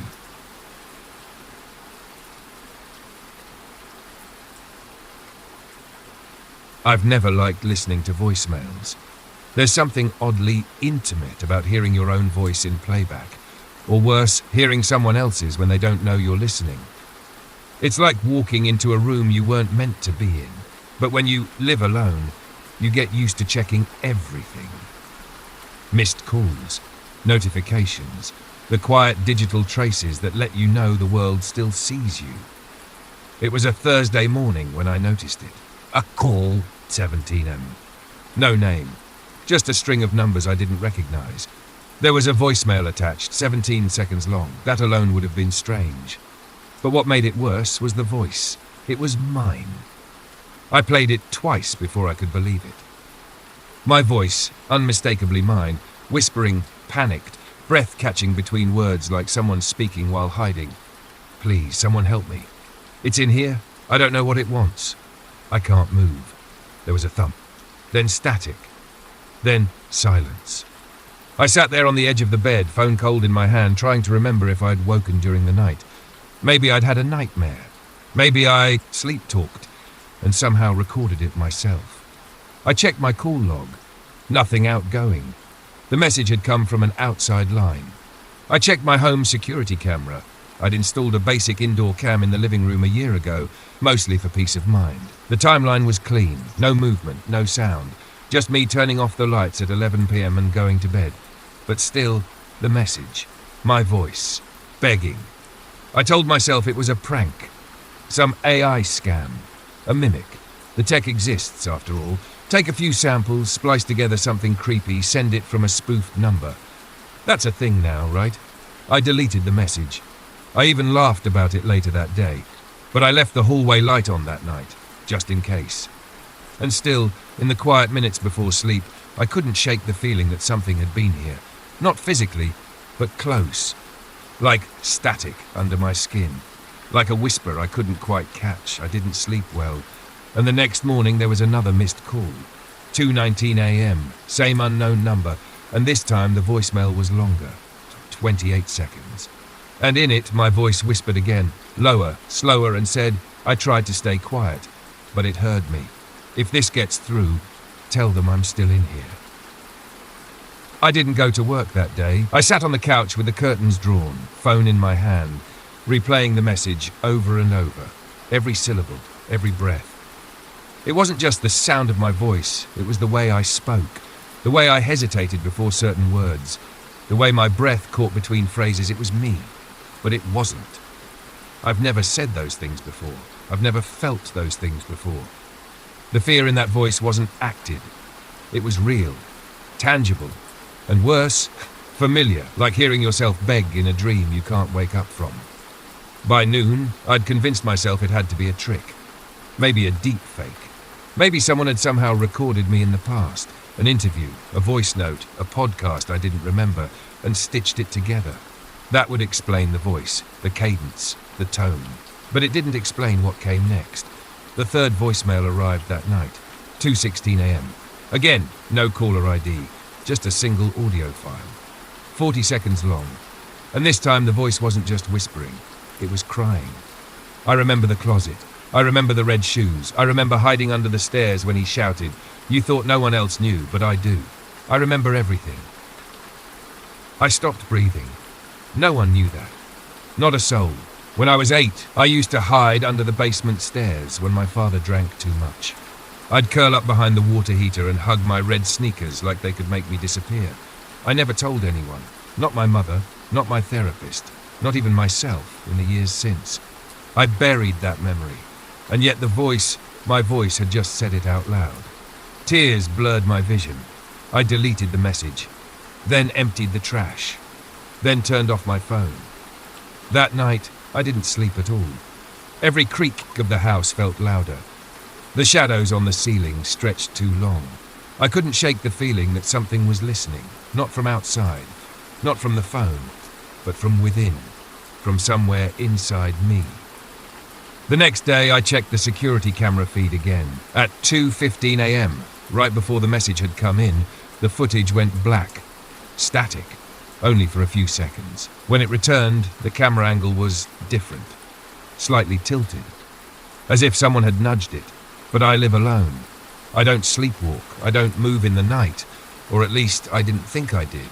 But what if I wasn't the only one in here anymore? What if something else, something that sounded like me, had begun to take root? I stopped checking the voicemails. It didn't matter. They still came. Night after night, always between 2:15 and 2:20 a.m. Always the same number. Always my voice, but different. Like someone was mimicking me too well. Like someone who had worn my skin from the inside and remembered how I used to think, but not how I thought now. That was the scariest part. The voice wasn't just copying me. It was a version of me. A shadow, stitched from memories, habits, thoughts I hadn't touched in years. And as each message arrived, it sounded more confident, less scared, more in control. Until one night it stopped whispering. It spoke plainly. You should really let go. You don't fit here anymore. Not like I do. I sat in the dark, phone shaking in my hand. My voice had spoken with a calm I hadn't heard before. Not panic, not fear, patience. Like it was waiting. That night, I dreamed again. I was in my room. Everything looked normal. Same bed, same walls. But when I walked to the mirror, I wasn't there. Just the room, just my clothes. No reflection. And behind me, standing in the doorway, was me. Eyes blank, mouth closed, but smiling. When I woke, the air felt wrong. The kind of wrong you can't name, only feel in your teeth. I checked my phone. A new voicemail had arrived. 2:16 a.m. This is the last one. After tonight, I won't need to leave messages anymore. I didn't listen to the rest. I threw the phone across the room. But it didn't matter.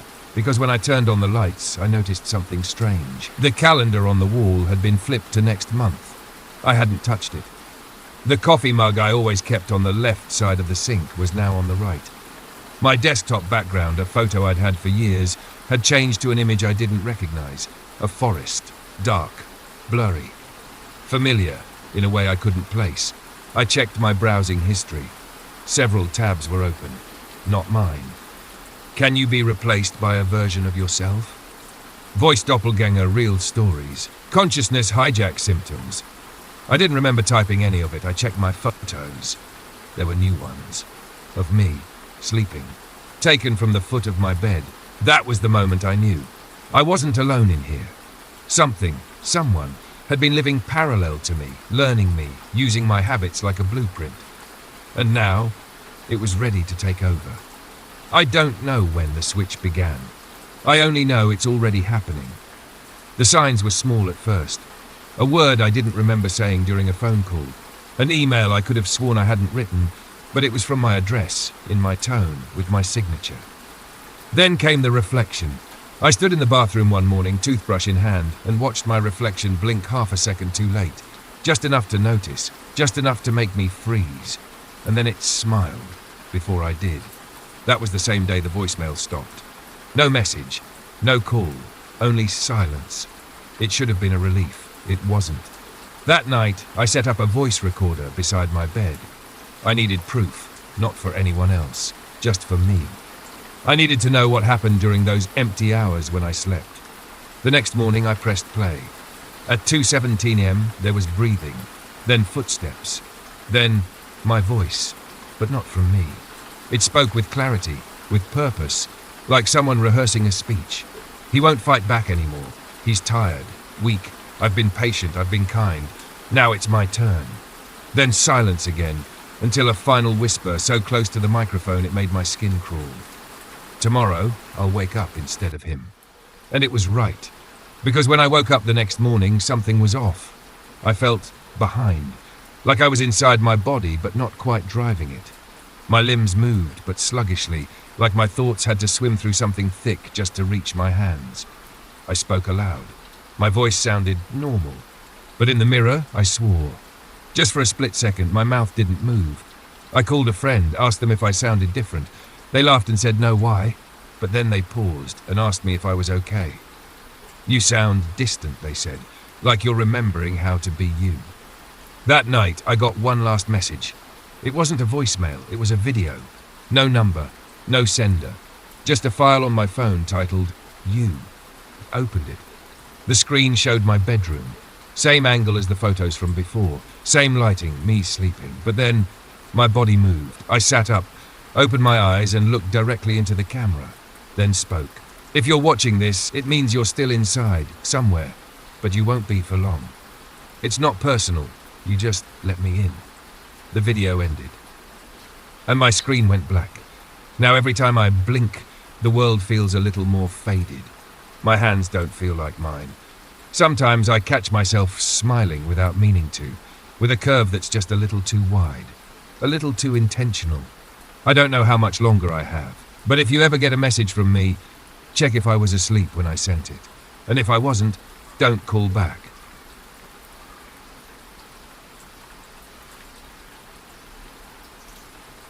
There's a photograph hanging in my parents' living room, right above the fireplace. It's been there for as long as I can remember, framed in wood, slightly faded from years of sunlight, but still clear enough to see every detail. My mother always said it was her favorite picture of us. It was taken on a cool October afternoon, the kind of crisp day when the leaves glow gold and the air smells like firewood. I was 10. My older brother had just started high school, and Dad had set up a camera timer on a folding tripod. We all stood close together on the porch, laughing at something dumb. It was a good day. The photo became a fixture, a silent witness to our lives. I must have passed it 1,000 times over the years, during holidays, visits home from college, quick drop-ins to borrow something or say hi, and every time it looked exactly the same, familiar, comforting even, until it didn't. It was early last November. I had stopped by my parents' place on a quiet Sunday morning, planning to help clean out the garage before winter set in. Dad was out front raking leaves. Mom was upstairs, humming as she sorted laundry. I walked into the living room, still half asleep, and dropped my bag near the sofa. That's when I glanced at the photograph and froze.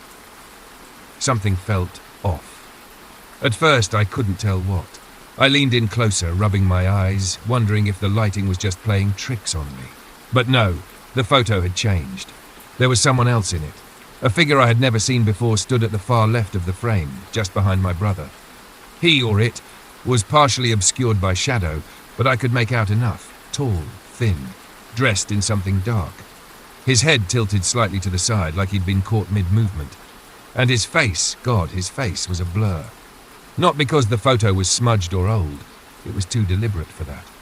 Everything else in the picture was sharp and focused, but the stranger's face was a swirling mess of features that didn't quite land anywhere, as if the camera itself had refused to acknowledge him.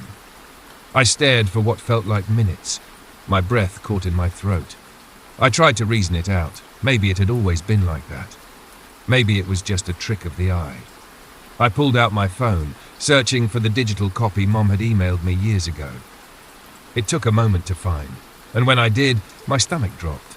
He was in that one too, same spot, same posture, same emptiness where a face should be. I didn't tell my parents right away. I didn't know how. Part of me wanted to believe it was a glitch, a coincidence, some long-forgotten family friend captured by accident. But I knew better. I'd looked at that photo too many times to miss a fifth person standing among us, someone who wasn't supposed to be there. That night, I dreamed about the porch, the same afternoon, the same camera. But this time, when the timer flashed, we didn't smile. We didn't move. We just stood frozen, and the man behind us leaned in, a little closer than before. The next morning, I woke up earlier than usual, pulled out my laptop and started digging. I needed answers, even if I wasn't sure what kind I was looking for. Maybe it was some weird technical glitch, one that had somehow synced across digital and printed versions.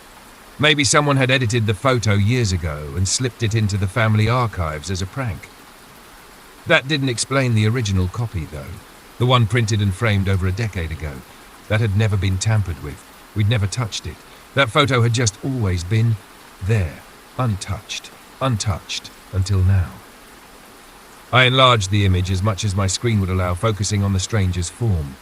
His clothes didn't match anyone in our family.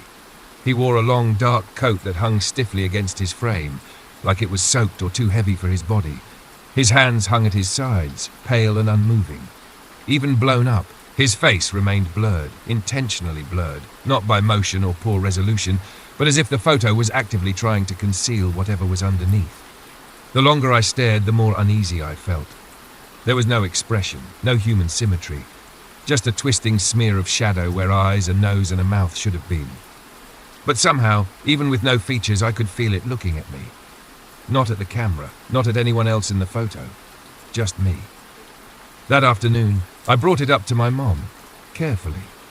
I didn't show her the digital copy right away. I simply asked, as casually as I could, if she remembered who took the photo on the porch all those years ago. She paused, thinking, then said she was pretty sure it had been Dad with the camera timer, just like I remembered. I pressed a bit more, asking if anyone else had been there that day. Maybe a neighbor, a friend from church, someone passing by. She laughed lightly and said no, of course not. It was just the four of us, always had been. I finally asked her to look at the photo again. She walked over to the fireplace with me and stared at it, eyes narrowing slightly. At first I thought she didn't see it, that maybe I was losing my mind after all. But then she frowned. Her face shifted in that slow, uncertain way that people do when their brain is trying to reject what their eyes are confirming. She leaned in, hands on her hips, then turned to me with a furrowed brow. She said nothing. That silence told me everything. We didn't talk about it again that day. That night I couldn't sleep. I kept thinking about the photo, the figure, and the creeping sense of invasion it brought. Not the kind of fear that jumps out at you in the dark, but the kind that settles deep in your bones, whispering that something is wrong and has been wrong for a very long time. Just after 2 a.m., I walked back downstairs and turned on the living room light. I needed to see it again. I needed to know it hadn't changed further. It had. He wasn't just standing anymore. His head had turned. For a moment I thought I was imagining it. Maybe my memory was unreliable. Maybe I was projecting fear onto a harmless detail. But no, the change was real. The man in the photo, the faceless figure who had once loomed in the background like an accident of shadows, had turned his head. Not much, just enough to notice, enough to be undeniable. Before, he had stood slightly behind my brother, his face angled away from the camera, lost in that featureless blur. Now his head was turned ever so slightly in my direction, as if he were aware of the viewer, of me. And even though his face remained stodged, I could feel it watching, not just staring, but watching. That was the night I began to avoid the living room entirely. I told myself it was silly. I tried to push through the fear, rationalize it into something digestible. Maybe the photo had always been like that, and I was just now seeing it with paranoid eyes. Maybe the stress of work, of being back home for too long, was playing tricks on me. But deep down, I knew better. There are some things the rational mind cannot hold. The house began to feel different, heavier. My parents hadn't noticed much. They had their routines, their distractions. But I started picking up on subtle things. The hallway near the living room always felt cold now, no matter how high the thermostat was set. Our cat, normally indifferent to everything, began avoiding the fireplace entirely, choosing instead to hiss at the wall beneath the photograph before slinking off to hide beneath furniture. At night, I heard soft creaks in the hardwood, delicate, deliberate, as if someone were pacing barefoot across the floor, taking care not to wake anyone. I stopped checking. I stopped getting up to investigate. It wasn't cowardice, it was instinct. Some part of me understood, without needing proof, that acknowledging it made it stronger, that moving toward it, confronting it, would be a mistake. But things only grew worse. I began waking up at exactly 3:17 a.m. every night. No alarm, no noise, just my eyes snapping open to pitch-black silence, my heart already racing. One night, unable to bear it, I got up and turned on every light in the house. I stood in front of the photo trying to confront it, to face whatever was happening. And that was the first time I noticed something new. The figure's hand, his left hand, which had always hung limply at his side, was now raised ever so slightly. His fingers curled around the shoulder of my brother, just a touch. Just enough to send my breath spiraling out of me in a sharp gasp I couldn't control. The others in the photo remained the same, frozen smiles, unaware. But the faceless man, he was interacting now, inserting himself piece by piece into the scene. It wasn't just a haunting, it was a rewriting. I didn't tell anyone what I saw in the photo that night. Not my mother, not my father, not even my brother, who ironically was now the one being touched by something we couldn't explain. A part of me feared they wouldn't believe me. A deeper part feared they would. The next morning, I came downstairs early, hoping, praying even, that I had imagined the shift. But no. The photo was exactly as I'd left it. The stranger's hand still rested on my brother's shoulder. His head still turned, his face still featureless, still watching. But there was something else. The air around the frame felt wrong, not cold this time, but humming, as if the space near the photo vibrated on a frequency I couldn't hear, but could somehow feel in my bones. I reached out, hesitant, and touched the glass. It was warm. That was the last day I stayed in that house. I packed my things and made up an excuse. Work emergency, early train, didn't sleep well. My parents accepted it without question, though my mother did give me a long, searching look. I avoided eye contact and left before sunset. That night in my apartment, I tried to sleep but couldn't. My dreams were filled with static, like an old television tuned to nothing. In the static, I saw flashes of the photo. But not as it was, no. In my dreams, the image kept changing, frame by frame. My brother's smile faded. My mother's eyes grew vacant, and slowly, inevitably, the stranger crept closer to the center. When I woke up the next morning, my phone buzzed with a message from my mom. No words, just a photo. It was the family picture. Except now, the stranger wasn't behind us anymore. He stood with us, right in the middle. Between me and my father. Taller than all of us, his face still a smudge of shadow and nothingness. But now, both of his hands were raised, one resting on my shoulder, the other on my brother's. It was like he'd always been there. My mom followed up with a cheerful message. We were looking through old photos and found this one again. It's one of my favorites. She didn't mention the man, didn't question the change. I didn't reply. I tried to tell myself it was done, that I'd left the house and whatever was inside it behind. But 2 nights later, I found a small envelope in my mailbox. No stamp, no return address, just my name written in shaky, childlike letters. Inside was a single photograph, the same one. Only this time it was different again. My face was gone, not scratched out, not blurred, simply missing. As if I had never stood there in the first place. As if someone else had always taken my place. Someone taller, someone with no face.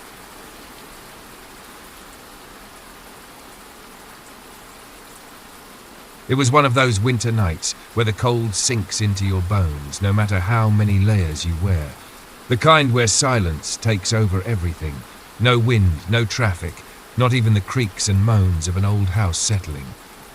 I was alone that night. Just me, a pot of coffee that had gone cold hours earlier, and the soft hum of the baseboard heater. I had fallen asleep on the couch with a blanket over my legs and the television glowing quietly in the background. I woke up suddenly, not from a noise but from the absence of it. The TV had switched off, the heater had stopped humming, the digital clock on the wall blinked, frozen at 12:01. A brief power cut, maybe. I sat up, blinking away the sleep, adjusting to the quiet. That's when I heard it, a knock. 3 soft, deliberate knocks on the front door. My breath caught. It wasn't frantic or loud, just steady, almost polite. I waited, unsure whether I had really heard it. Then it came again. 3 knocks, slightly heavier this time. I looked at my phone. Dead. No signal. No Wi-Fi.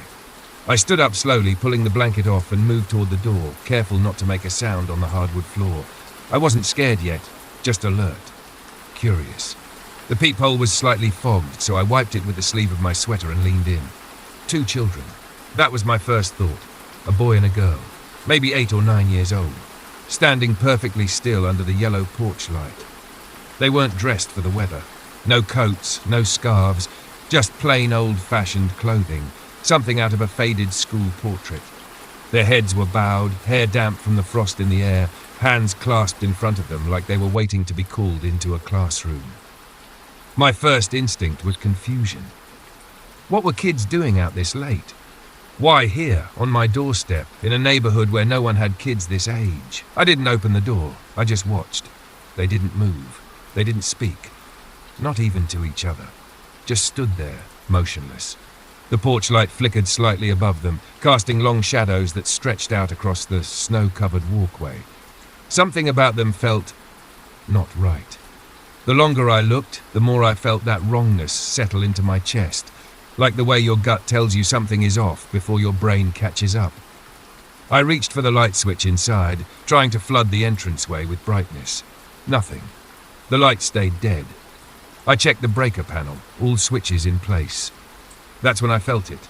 The air, colder inside than it was outside. Not just cold, but heavy. The kind of cold that presses into you like a presence, like something breathing beside your ear. I turned back to the door, heart pounding, hands clammy. The kids were still there, and now they were looking up. They lifted their heads at the exact same moment. Not gradually, not with any hesitation. Just a smooth, synchronized motion, like 2 marionettes pulled by the same invisible string. Their faces came into view beneath the porch light, and that's when I realized I had made a mistake. A small one, but enough to make my stomach turn. They looked like children. They had the right proportions, the right height, the same timid posture you'd expect from a scared kid lost in the night. But their faces were wrong. Not disfigured, not monstrous. Just wrong in a way that didn't register immediately. The symmetry was too perfect, the expressions too blank, like someone had studied human children and tried to recreate them from memory. But it was their eyes that paralyzed me. Pitch black, no whites, no iris, no light catching in the pupils. Just 2 obsidian voids where eyes should have been, bottomless, dead, and wholly unnatural. I wasn't imagining it. I wasn't dreaming. I wasn't still asleep on the couch. Every fiber in my body screamed that something ancient and cruel stood on the other side of that door, wearing the skin of something familiar. The boy took a step forward, not toward the door, not toward the house, just closer to the light. And when he did, the bulb above the porch flickered violently, buzzing like a dying insect. Then it went out completely, drowning the entryway in shadow. I didn't wait. I stumbled back from the door and locked the deadbolt with shaking hands. My heart was pounding, loud enough that I could hear it in my ears. There was no rational explanation for what I had seen. No condition, no contact lens, no childhood disease that could explain those eyes. And the way they moved, calculated, mechanical, there was nothing childlike in it. Silence returned. No knocking, no footsteps. I crept back to the window, careful not to disturb the curtains, and peeked through the tiniest slit. They were still there, standing exactly where they had been. Their heads were tilted now, both slightly to the side, as if they were listening. As if they could hear my breathing through the walls. They didn't speak, not a word, not a whisper, but somehow I knew they wanted me to invite them in.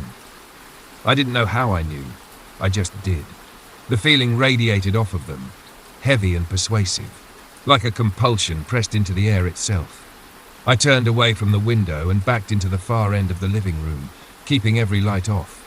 My phone was still dead, no signal. The house was colder than it had any right to be. I grabbed the blanket from the couch and huddled in a corner, too afraid to move. Hours passed, or maybe just minutes. Time became slippery. I heard something then, soft tapping against the window, not with nails or fists, with fingertips, rhythmic, gentle, like they weren't trying to scare me, like they were patiently waiting. The tapping stopped just before dawn. I hadn't slept, I couldn't. I sat motionless in the farthest corner of the living room, wrapped in a blanket that did nothing against the unnatural cold that had settled in. My body was exhausted, but my mind wouldn't shut down. It kept circling the same horrifying truth. They were still out there, waiting. The light outside shifted. Not sunlight yet, but the faint bruised glow that comes just before morning. I forced myself to move, to check. I crept back to the window, peeled the curtain aside slowly. Breath held. They were gone. The porch was empty. The snow that had fallen during the night was untouched. No footprints, no marks, as if no one had ever stood there. But I knew what I saw. I knew they had been there for hours. And yet, the fresh snow covered everything clean. I wanted to believe it was over, that it was a nightmare brought on by fatigue or an overactive imagination. But deep down I knew better. Something had changed. The house still didn't feel right. It wasn't just the cold anymore. It was the silence. A thick, humming silence, like the walls were holding their breath. I checked the front door. Locked. Then the windows, still sealed. Everything looked normal, but it wasn't. There was something invisible in the air now, like static clinging to my skin and hair. Out of habit, I checked the security camera feed on the TV. The system had been recording the night before. I scrubbed backward through the timeline. The footage cut out at exactly 12:01 a.m. I watched myself walk into frame, confused, peering through the peephole. Then the screen went black. Not blank, not empty. Black. And it stayed that way until 6:33 a.m. when the feed abruptly resumed as if nothing had happened. Just the empty porch, bathed in morning light. I checked the internal log. The camera had no record of a malfunction. No glitches, no errors, just absence. I walked over to the front window again, this time wiping the condensation from the glass. That's when I saw them. Not the kids. Handprints. Two small, perfectly symmetrical handprints on the outside of the glass, positioned just at eye level. They hadn't been there before. They hadn't been there when the sun rose. I was sure of it. I stepped back. There was something written in the fog of the glass beneath the handprints. Not carved, not scratched, just drawn with the moisture, as if a fingertip had trailed through the mist. 3 words. Let us in. Tightened. My chest from fear, but from something deeper. Some terrible recognition that this wasn't a single event. This was a process, a slow, deliberate wearing down of boundaries, of resistance, of me. They weren't gone. They were waiting for me to break. I didn't leave the house that day. I couldn't. I told myself it was because I was too tired, that the sleepless night had drained me. But deep down I knew the truth. I was afraid they'd follow me. The handprints stayed on the window. No amount of wiping removed them. I used paper towels, Windex, even hot water. Each time I turned away and looked back, the prints returned. Faint at first, then darkening again like fresh breath on cold glass. I stopped trying by midday. There was a weight inside me, a pressure that pulsed low and steady, like a second heartbeat beneath my ribs. Every room in the house felt smaller. The walls seemed to lean in slightly. The air tasted metallic. My own reflection in the hallway mirror felt delayed, like it hesitated half a second longer than I did. That night, I didn't bother going to bed. I stayed on the couch, the same blanket wrapped around me, all the lights off. I didn't dare draw attention. At 12:01 a.m., the heater stopped again. The refrigerator fell silent. My phone, which had regained its charge during the day, flickered off without warning. And then came the knocking. 3 soft knocks, same as before. Perfectly spaced, perfectly calm. This time, I didn't go to the door. I stayed where I was, breathing slowly through my nose, trying to keep my pulse steady. I didn't move. I didn't blink. They knocked again. Still, I remained still. After a long, painful silence, I heard movement outside, not footsteps, just presence. As if something large but weightless was shifting just beyond the walls. The windows creaked, the glass throbbed, and then a whisper, not with words but with feeling. An invitation, not a demand, not a threat, just a suggestion. Let us in. I wanted to. That's what scared me most. Some irrational part of me longed to stand up, walk to the door and open it, not to face them, but to join them. The idea coiled around my thoughts like a vine. I clenched my fists so hard my nails broke the skin. I stayed there, frozen in fear, for hours. And then morning came. The power returned. The noises of the house resumed. The light changed. I dared to breathe again. When I finally gathered the courage to approach the front door, I found it locked, exactly as I'd left it. But the window was open. Not wide, just cracked. And on the floor beneath it, 2 wet footprints. Bare, small, facing inward, they had made it inside.